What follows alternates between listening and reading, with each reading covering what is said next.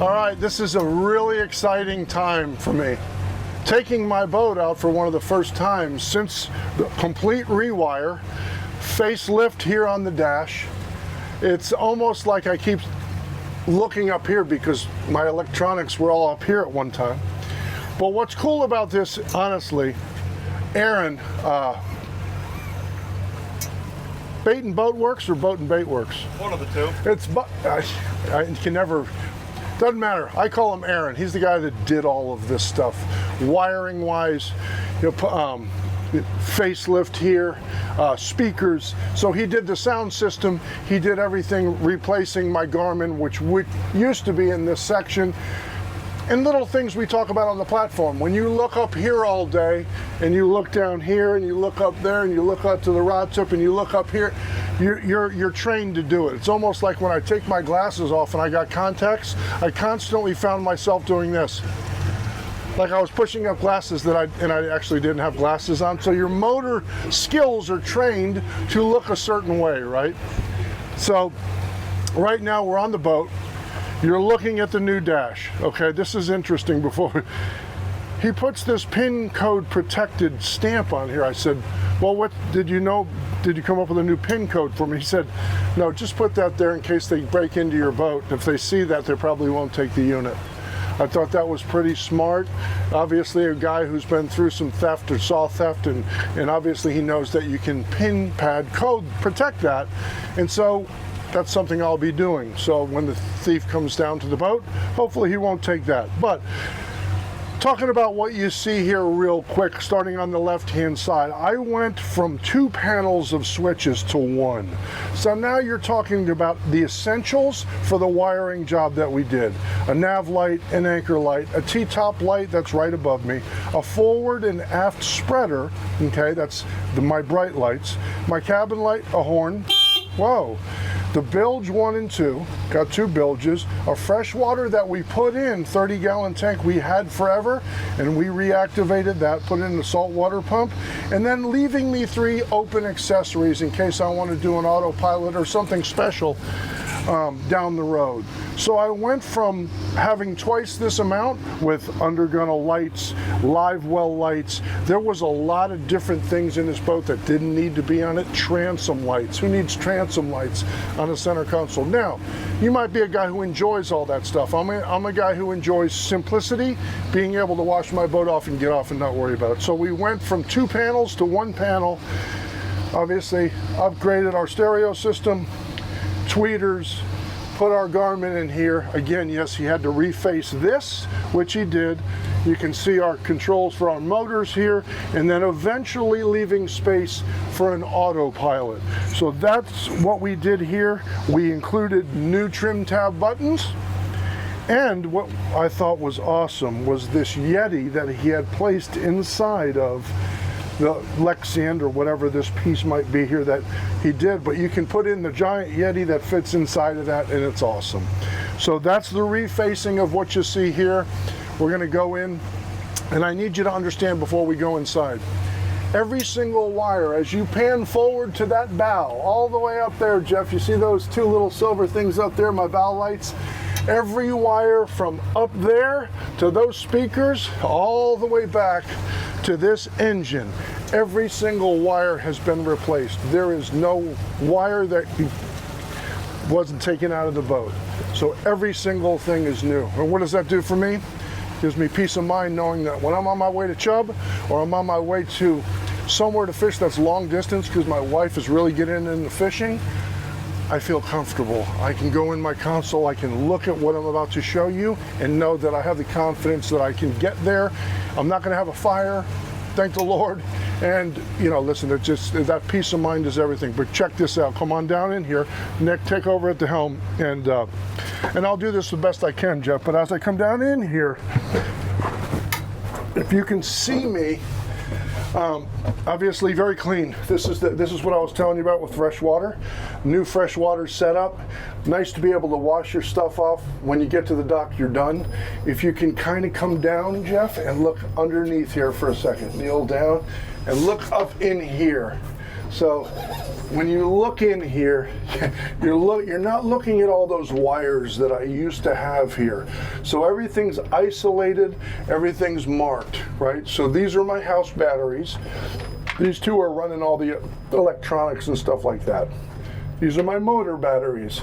This is a new battery charger. Your red wire is your battery charger for each one. We get back to the dock, we plug in the battery charger with a standard extension cord, really, really easy. No more 1, 2 off all. All you see here is on and off. Freaking awesome. Look at this down here. Starboard, this house battery, I know exactly what everything is. Auto build, look at this is so great. And even here, isolators, so you know everything is isolated. And in the world of electronics and electrical stuff now, what's interesting about it is, when you go to Lake Boca or you're playing your stereo, they're all separated now, okay? So there's not the parallels and the negative arcs over to be able to parallel batteries. Everything's on its own system. What you see here, that's undone. These are Hubble plugs for a lot of my electric reels on both sides. So when I use those, I'm going to turn those on. But you can really see, and here's your grounding station. Everything is marked, everything is clean. We eliminated so much stuff, and it's very, very simple and easy to look at. Okay, that's the Cliff Notes. If you turn around, Jeff, go this way, if you can, sorry. Now, showing you the original picture of what was here is nuts, okay? Obviously, there's nothing here now. What you do see over here on the right-hand side, you're seeing your bus bars, very clean, placed differently. What's cool about that is if you ever did get water in here, usually it would leak from a lot of your elements up here, and all of that stuff that was here would get wet. The cool difference now is, too, one thing I saw that I really loved. See this, how he did the wiring off the ground? The last time I had it, it was on the ground, and you could never get behind it because all the water and dirt would sit here. He positioned this wiring up off the surface. We didn't even talk about it. It's just something that he did. It's really clean. It's a really good look. And if you need to clean, you can wipe all this down. But every single wire that you see here, my Hubble plugs, batteries, motors, your harness for your motors, everything is done. Here's that Yeti I was telling you about. It's got a drain coming out the bottom into the bilge. Awesome. Not a lot here. And that's what I wanted. I wanted simplicity. We took everything off. David Sword, fiberglass guy, we filled it all. We all gripped it. And you know what? I've never been more happier. I feel so comfortable with my boat and so happy to run it again. It's like I got a new boat. Aaron, Boat and Bait Works, Bait and Boat Works, you're the best, dude. Nick Noon, the manager of RJ Boyle, he had a great question at the end of filming for the video for the wiring, and we brought it up with Aaron.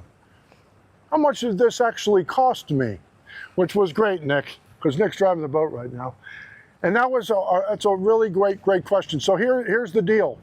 And I believe in the film he talked about $10,000 to $12,000 for redoing everything. I believe that was his number for wiring. Now, that is not what I paid. What I paid was more than that, and here's why. In the video, I believe he said, if you're replacing all the wiring, you're replacing the plugs, I'm replacing certain things, all my bus bars, all my switches, my Lexan covers. So not only that, I did upgrades on all my speakers, my JL audio. Eric Finkelstein from JL, I truly love you and appreciate the help and picking the right gear there as well. And listen, Aaron, whether he's putting in a deep drop outlet or helping you with the stereo equipment, this dude is cat's ass, dude. He's the best at it. David Sword, who did all the fiberglass work, remember, if you start pulling stuff out of your boat, there's going to be holes. So you're going to have to fill them yourself and paint it yourself, or it's going to stay looking like crap. What did this cost me, what you just saw? It cost me $26,000. $26,000. I think I paid 14 for Aaron. Okay, over time it was almost 3.5 weeks of a project. Again, we deal with rain in South Florida. That was a big problem because you can only get half a day of work. And I think the whole project took me about 3.5 to 4 weeks. He worked his butt off. We changed everything out. Again, all the way from my bow light all the way to my motors. There's not one old wire in this boat. New speakers, new displays, new bus bars, new wiring, new battery switches. Everything you saw, including the sound, 26. Now think about this for a second. You go, my gosh, that's a lot of money. I didn't have to do the sound. If you started dissecting it out, I think I paid 14 for the wiring stuff itself, okay, to me, which was completely worth it. At the end of the day, my mentality, my thought process in the whole thing was peace of mind, ability to leave and be comfortable, not worry about fires and safety, was the ability for me to not be able to afford an $800,000 center console. That's not in the cards for me. It's not something I can do. So when I looked at my 31 Ocean Master, that the hull is pristine, it's awesome. I love my hull. For $26,000, I just rewired my whole boat. Now, if you get a pair of new engines, and we deal with Mike at Outboard Specialties, you're talking about being under $75,000 to $100,000, you have a brand new boat. So you guys who have older boats that have really good hulls, realistically, sometimes they don't make them like they used to. This is 1987. This thing's built like a brick shit house.